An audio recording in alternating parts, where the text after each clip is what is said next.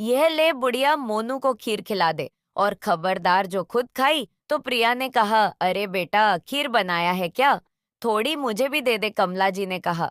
वाह रे बुढ़िया, इतने सालों से हमारी कमाई खाकर चैन नहीं मिल रहा, जो अब खीर भी खानी है, प्रिया ने कहा।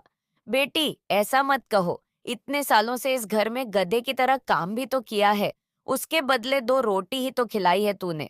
कोई बात नहीं, खीर मत दे, बस उसका पतीला ही दे देना, मैं चाट लूंगी, उसी में संतुष्ट हो जाऊंगी, कमला जी ने कहा।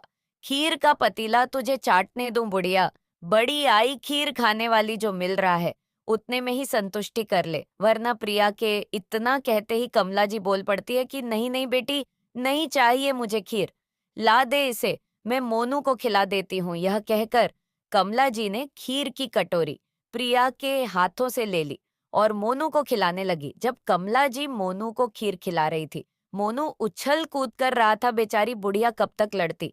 वह मोनू को खिलाने जैसे ही जाती, मोनू भाग जाता। ऐसा करते करते मोनू के हाथ से खीर की कटोरी लग जाती है और पूरी खीर जमीन पर गिरकर बिखर जाती है। खीर के गिरते ही प्रिया दौड़कर बाहर आती है और जमीन पर खीर बिखरा देख ना आओ देखती है ना ताओ देखती है। गुस्से में अंधाधुंध कमला जी को पिटना शुरू कर देती है। इतना करने के बाद भी जब उसका गुस्सा शांत नहीं हुआ तो वह कैंची लाकर उसके बाल काटने लगती है। बेटी छोड़ दे, मेरी गलती नहीं है, वह मोनू का हाथ लगकर खीर गिर रही है, माफ कर दे मुझे। कमला जी गिड़गिड़ाते हुए कह रही थी, बुढ़िया, तुझे खीर नहीं दिया तो ऐसे करके गिरा दिया। सोचा होगा कि जब मैं नहीं खा पाई तो किसी को खाने नहीं दूंगी और मुझसे बहाना बनाकर बच जाएगी। ये सोचा था ना, आज तो तुझे इतना मारूंगी कि तू अगली बार कोई बहाने बनाने से पहले कांप जाएगी, प्रिया ने कहा। और फिर वह कमला जी को पीटने लगी। जब तक कर बैठ गई तो वहां से चली गई।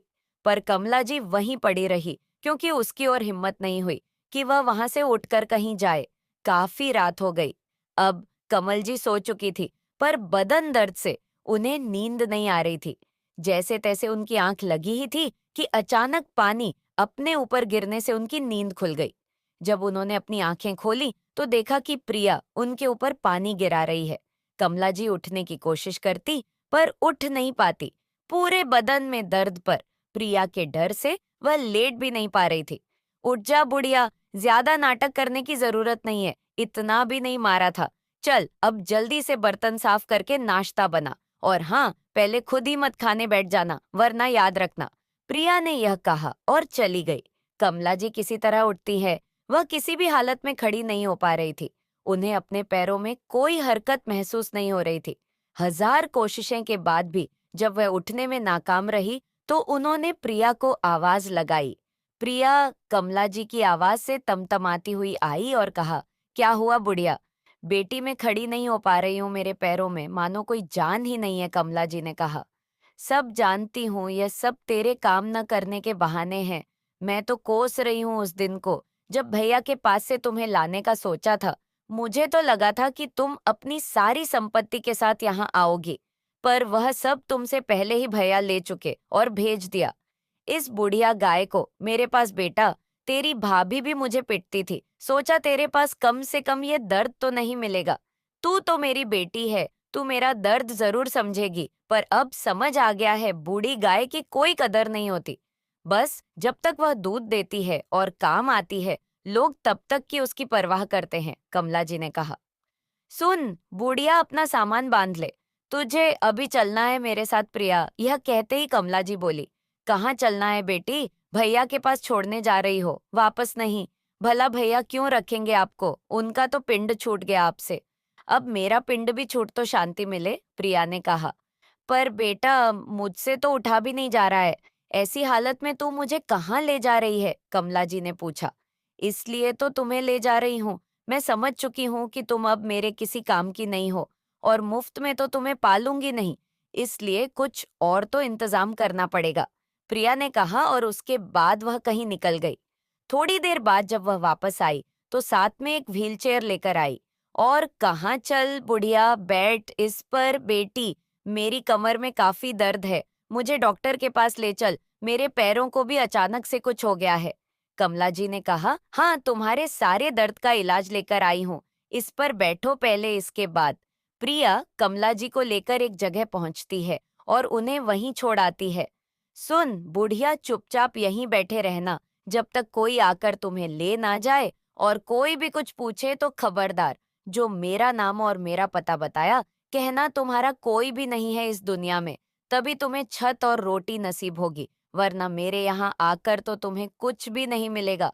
समझी? कमला जी प्रिया की इस सारी बातों से सिर्फ रोती चली जा रही थी, क्योंकि उन्हें समझ आ गया था कि उनकी बेटी उन्हें बेसरा सड़क पर छोड़कर जा रही है। एक बेटा है जिसने तो कब का मुंह फेर लिया, और अब बेटी भी उनसे पीछा छुड़ाना चाह रही थी। कमला जी की शादी छोटी उम्र में ही हो गई थी। वह उनके पति की दूसरी बीवी थी, क्योंकि पहली पत्नी प्रिया को जन्म देते ही इस दुनिया से चली गई थी। कमला जी शादी करके ससुराल पहुंची तो दोनों बच्चों को गले से लगा लिया था, पर सौतेली माँ कितना भी कर ले, लेकिन रहती सौतेली ही है। यही बात कमला जी के नंद ने प्रमोद और प्रिया के दिमाग में बैठा दी थी, जिस कारण वह कमला जी से नफरत करते थे। कमला जी के पति चाहकर भी बच्चों को समझा नहीं पाए और बहुत उदास और बीमार रहने लगे थे, और एक दिन उन्होंने भी दुनिया छोड़ दी। कमला जी दोनों बच्चों की मजदूरी कर करके शादी करवाई। इतना सब कुछ करने के बाद भी प्रिया और प्रमोद के दिल में जरा सा भी कमला जी के लिए प्यार नहीं जागा, और दौलत के लालच में एक दिन प्रिया कमला जी को अपने पास ले आई थी, मगर उन्हें क्या पता था कि उनकी यह दशा हो जाएगी। कमला जी सोची, यह मेरे बच्चे जिनके लिए पूरी दुनिया से अकेली लड़ी। पिता का साया बचपन में ही उठ गया था, पर फिर भी इनका चेहरा देखकर खुद को मजबूत बनाकर अकेली हर परिस्थितियों का सामना किया, और आज उसी का यह इनाम मिला। खैर, कमला जी के आंसू प्रिया के कठोर दिल को पिघला तो नहीं पाए, और वह चली गई।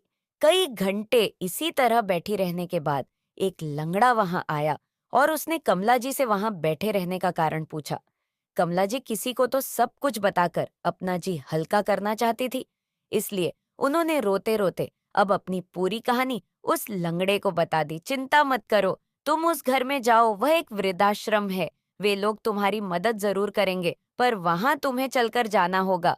यह व्हीलचेयर वहां नहीं घुसेगी, उस लंगड़े ने कहा। पर मेरी कमर टूट चुकी है, शायद मैं खड़ी भी नहीं हो सकती।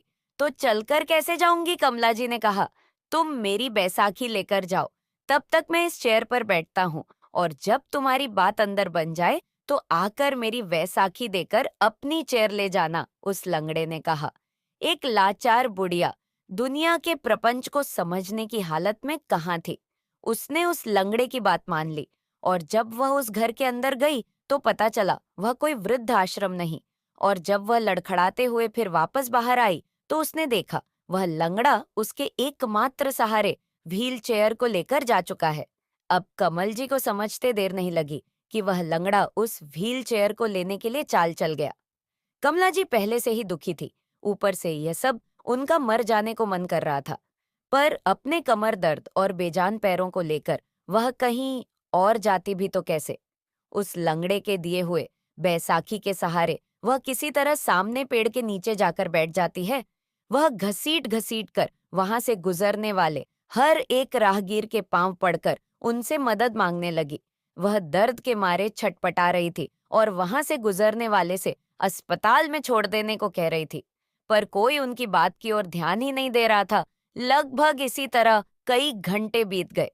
तपती गर्मी, ऊपर से कमर दर्द, यह सब झेल रही थी कमला जी, पर फिर भी वह लोगों के आगे गिड़गिड़ाना बंद नहीं कर रही थी। अब बेटा, वह बेटी, मेरी मदद कर दो, किसी सरकारी अस्पताल तक मुझे छोड़ दो, अब बर्दाश्त नहीं हो रहा है, मैं मर जाऊंगी बेटा, मेरी मदद कर दो।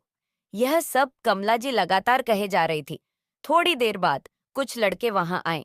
सभी एक कार से उतरकर कार के ऊपर एक केक रखकर उसमें से एक का जन्मदिन मनाने लगे। कमला जी उनके पास भी घसीटते हुए पहुंची, जिस पर एक लड़का कहता है, अरे रुको दादी, ये केक आपको ही देंगे, हम सुबह से केक खाकर थक गए हैं। नहीं बेटा, मुझे ये केक नहीं चाहिए, मुझ पर एक एहसान कर दो, मेरी कमर टूटी हुई है और इसका दर्द अब मुझसे बर्दाश्त नहीं हो रहा है, मुझे एक सरकारी अस्पताल में छोड़ दो। कमला जी ने कहा, पर दादी, आप ऐसी हालत में यहाँ क्या कर रही हैं? उसमें से एक लड़के आदित्य ने पूछा। जिसका जन्मदिन भी था, पहली बार उस लंगड़े को अपनी कहानी बताकर पछताई थी। इसलिए अब उन्हें किसी पर भी भरोसा नहीं था। इसलिए उन्होंने कहा, बेटा यही सड़क पर एक गाड़ी ने टक्कर मार दी, ले चलो बेटा, भगवान तुम्हारा भला करेगा। हाँ दादी, जरूर ले चलूंगा, बैठो गाड़ी में। यह कहकर आदित्य और उसके दोस्त कमला जी को एक क्लिनिक ले जाते हैं। बेटा, यह तो कोई प्राइवेट अस्पताल लगता है, मैंने तो सरकारी कहा था। ना मेरे पास पैसे हैं। कमला जी ने कहा, दादी आप अंदर चलिए और पैसों की चिंता मत कीजिए।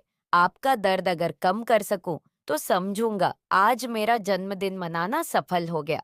उसके बाद सभी अंदर गए और डॉक्टर ने आदित्य से कहा, लगता है इनको किसी ने खूब मारा है, जिसकी वजह से उनकी न ही सिर्फ कमर टूटी है बल्कि पैरों के नसों को भी नुकसान पहुंचा है। उनके काफी सारे टेस्ट करवाने पड़ेंगे, फिर जाकर इलाज कर पाएंगे। आपको जो सही लगे वह कीजिए डॉक्टर, बस उनका दर्द कम होना चाहिए। आदित्य ने कहा, जो कमला जी भी सुन लेती है और आदित्य से कहती है, बेटा तुमने मेरे बारे में इतना सोचा, इसके लिए दिल से तुम्हारा शुक्रिया। पर इस अस्पताल का खर्चा काफी हो जाएगा और तुम मुझे यहाँ छोड़कर चले जाओगे तो यहाँ ये लोग बिना पैसे के मुझे छोड़ेंगे भी नहीं, जो कि मेरे पास नहीं है। तो बेटा तुम सिर्फ डॉक्टर से बोल दो कि मुझे दर्द की कुछ गोलियां दे दे, तुम्हारा बहुत एहसान होगा। दादी आप चिंता मत कीजिए, मैं आपका पूरा इलाज करवाऊंगा। मैं कहीं नहीं भागूंगा, मैं उन लोगों में से नहीं जो अपने माता पिता को यूं छोड़ दे। आदित्य ने कहा, बड़े खुशकिस्मत हैं वह माता पिता जिसने तू जैसा इंसान को जन्म दिया, वरना मेरी जैसी औलाद। यह कहकर कमला जी फूट फूट कर रोने लगी। आदित्य ने उस वक्त कुछ नहीं कहा। करीब 15 दिन बाद कमला जी का इलाज करवाकर आदित्य उनको अपने घर ले गया। वह किसी महल से कम नहीं लग रहा था। उस घर के आगे कमला जी के नाम का बोर्ड लगा हुआ था।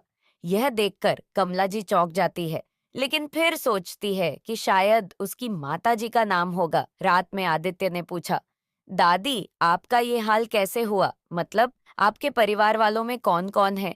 आदित्य ने कहा, क्या बताऊं बेटा, मेरे 2 बच्चे हैं। बेटा ने पहले ही मुझसे नाता तोड़ लिया क्योंकि बुढ़िया उसे पर बोझ लगने लगी थी। बेटी साथ ले गई तो उसने भी मेरा वह हाल किया कि न तो जी सकती थी और न ही मर सकती थी। इसके बाद कमला जी ने अपनी पूरी कहानी सड़क पर छोड़ने तक की आदित्य को बता दी। बेटा अब तो बस मरने का इंतजार है ताकि इन सब दुखों से मुक्त हो जाऊं, कमला जी ने कहा। ऐसे कैसे मरेंगे दादी, आप अपने गुनहगारों से बदला नहीं लेंगे, आदित्य ने कहा। अब अपने बच्चों से एक माँ बदला लेगी, ये कैसी बातें कर रहे हो बेटा, कमला जी ने कहा। तो हाँ दादी, आपके बच्चों ने न सिर्फ आपके ऊपर अत्याचार किया बल्कि आपके जीवित रहते हुए भी आपका श्रद्धा तक कर डाला, और तो और आपके मरने की खुशियां भी मना ली। ऐसे बच्चों को सबक सिखाना तो बनता है ना। आदित्य के इस बात से कमला जी चौंक जाती है और इससे पहले वह कुछ बोलती, आदित्य कहता है, दादी मैं पिंटू हूँ। आपने मुझे पहचाना नहीं, पहचानते भी कैसे? जब मैं छोटा था तभी बुआ आपको पापा के पास से ले गई और उसके बाद मैं बाहर चला गया। मैंने कई बार पापा से आपसे मिलवाने की बात कही, पर पापा ने हर बार टाल दिया। जब मेरी नौकरी लगी और मैं घर आया तो देखा बुआ पापा के साथ मिलकर आपकी श्रद्धा के काम कर रहे हैं। पर उस दिन आपको इस हालात में देखकर मुझे उनकी असलियत का पता चल गया। पापा और बुआ इतने नीचे गिर जाएंगे सोचा नहीं था। कमला जी अभी भी आदित्य को गौर से देखे जा रही थी।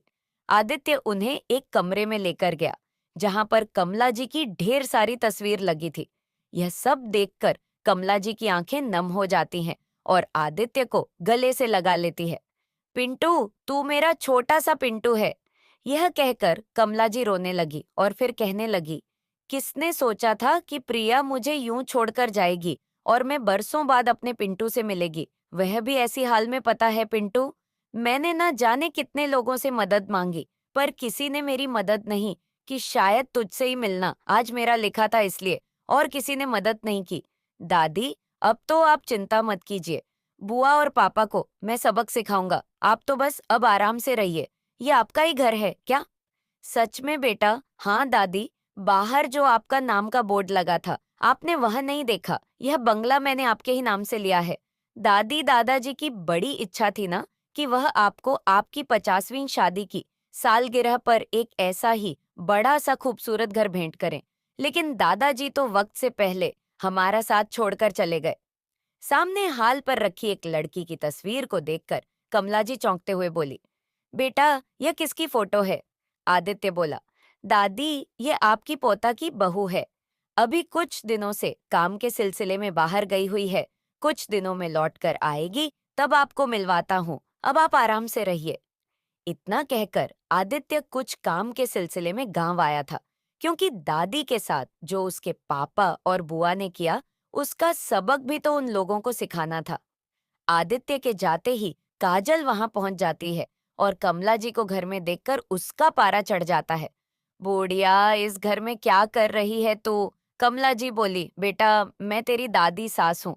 अरे आदित्य की दादी तो कब की मर चुकी है, फिर दादी सास कहाँ से आ गई? चल निकल यहाँ से। वहां के नौकर बोले, पर मैडम ये सच में आदित्य बाबा की दादी है। बाबा हमें दादी की पूरी देखभाल करने के लिए कहकर गए हैं। चुप करो तुम लोग और जाकर चुपचाप अपना काम करो। काजल ने कमला जी की एक न सुनी और उन्हें घर से बाहर निकाल दिया। कमला जी बेचारी उस अनजान शहर में कहाँ जाती, वही गली मोहल्ले में सुबह शाम भीख मांगकर अपना गुजारा कर रही थी और रात में बंगले के बाहर आकर बैठ जाती और बस सड़क की ओर अपने पोते को निहारती रहती। लेकिन आदित्य वहां अपनी बुआ और पापा को सबक सिखाने के चक्कर में लग रहा था। उसने सोचा कि काजल तो अभी 15 दिन बाद आएगी, तब लौटकर उसे सरप्राइज दूंगा और दादी का ख्याल वहां नौकर आराम से रख रहे होंगे, इसलिए उसे दादी की कोई चिंता ही नहीं थी। पर उसे कहाँ पता था कि कमला जी आज करोड़ों की मालकिन नौकर भी एक भिखारी की तरह भीख मांगकर अपना पेट भर रही थी। नौकरों से आदित्य को कुछ भी बताने के लिए काजल ने मना कर दिया था, लेकिन जब सारे कागजात की कार्रवाई पूरी करके आदित्य वापस शहर पहुंचा, तो अपनी दादी को वैसे भीख मांगता देख उसके पैरों तले जमीन सरक गई। दादी आप यह क्या कर रही हैं? कमला जी फूट फूट कर रोने लगी और सब सच्चाई बता दी। काजल को सामने देखते ही एक जोर का तमाचा आदित्य ने उसके गाल पर जड़ दिया। तुम्हारी हिम्मत कैसे हुई मेरी दादी के साथ ऐसा करने की? काजल भी यह सुनकर चौंक जाती है और कहती है, आदित्य पर तुमने ही तो कहा था कि तुम्हारी दादी तो कब की मर चुकी है। हाँ कहा था, लेकिन मुझे भी यह अभी पता चला। लेकिन दादी मेरी हो या किसी और की, इंसान के अंदर इतनी इंसानियत तो होनी ही चाहिए या नहीं? और मैं ये सब बिल्कुल बर्दाश्त नहीं करूंगा कि कोई मेरी दादी के साथ ऐसा करे। अगर तुम्हें मेरी दादी से कोई प्रॉब्लम है तो तुम बता सकती हो, लेकिन मैं तुम्हारे कारण अपनी दादी का साथ नहीं छोड़ सकता।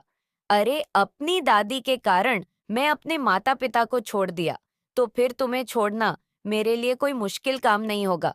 काजल ने शर्म के मारे अपनी नजरें झुका ली और कमला जी से हाथ जोड़कर माफी मांगी। कमला जी ने भी काजल को माफ कर दिया कि सुबह का भूला अगर शाम को घर आ जाए तो उसे भूला नहीं कहते। अगले दिन उसके बाद आदित्य वापस गांव के घर जाता है और अपने पापा से इस बारे में कुछ भी नहीं कहता और वहीं ठहर जाता है।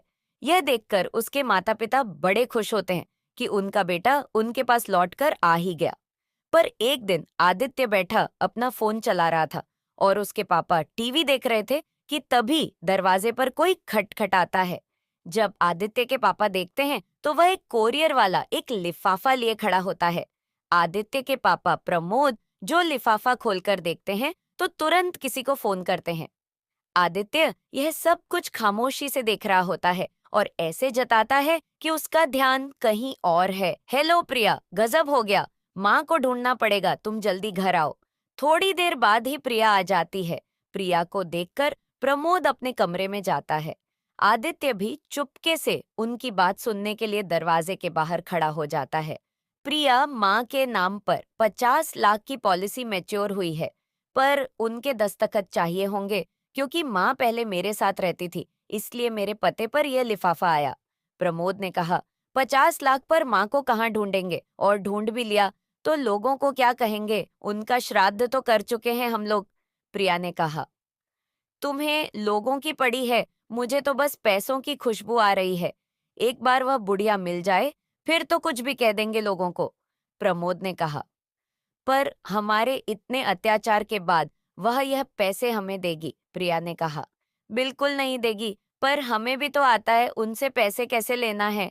यह कहकर प्रमोद और प्रिया हंसने लगे।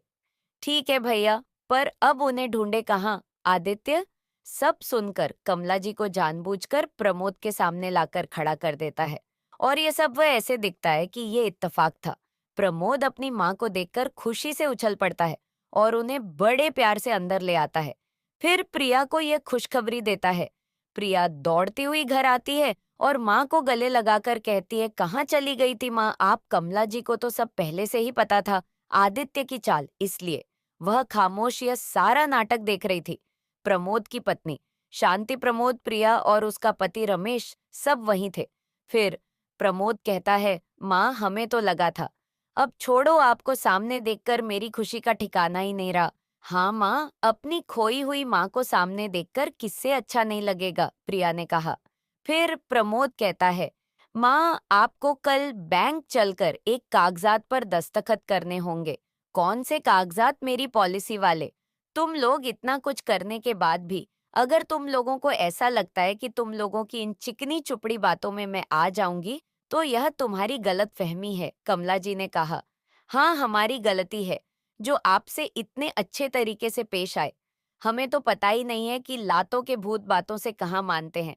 चुपचाप साइन कर दे, वरना प्रमोद और प्रिया ने यह कहा और उठ खड़े हुए कमला जी पर अपना हाथ उठाने। बस पापा, बस बहुत हुआ, बहुत चला लिया। हाथ और घुस से अब जेल में अपने हाथ पैर चलाना।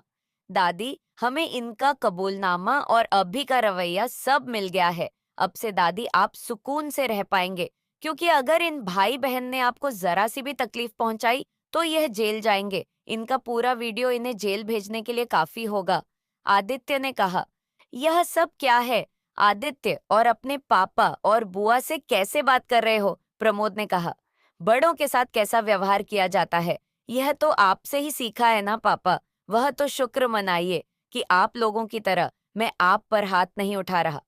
आदित्य की यह कहते ही प्रमोद उस पर हाथ उठाने ही वाला होता है कि तभी आदित्य प्रमोद का हाथ पकड़कर कहता है, बस बहुत हो गया पापा, अब या तो आप दादी को पूरे सम्मान और सुकून के साथ दादी की पूरी जायदाद वापस करेंगे या फिर जेल में रहना पसंद करेंगे, यह मैं आप पर छोड़ता हूँ। और बुआ, आप कहाँ चली? आप भी दादी को परेशान करने में बराबर की हिस्सेदार हैं। तो आपकी सजा यह है कि आप आज के बाद कभी भी दादी से मिलने की कोशिश मत करना। प्रमोद ने डर की वजह से सब कुछ वापस कर दिया और सड़क के किनारे एक झुग्गी डालकर अपनी जिंदगी गुजारने लगा था। और उधर कमला जी आराम से अपने बंगले में अपने पोते और उसकी पत्नी के साथ सुकून की जिंदगी बिता रही थी। एक दिन कमला जी, बेटा, पता नहीं तू मेरे ही पुण्य का फल है, पर आज मुझे ऐसा लग रहा है कि मेरा जीवन सफल हो गया है और भगवान सचमुच है। कमला जी कहते कहते रोने लगी तो काजल और आदित्य ने दादी को गले से लगा लिया।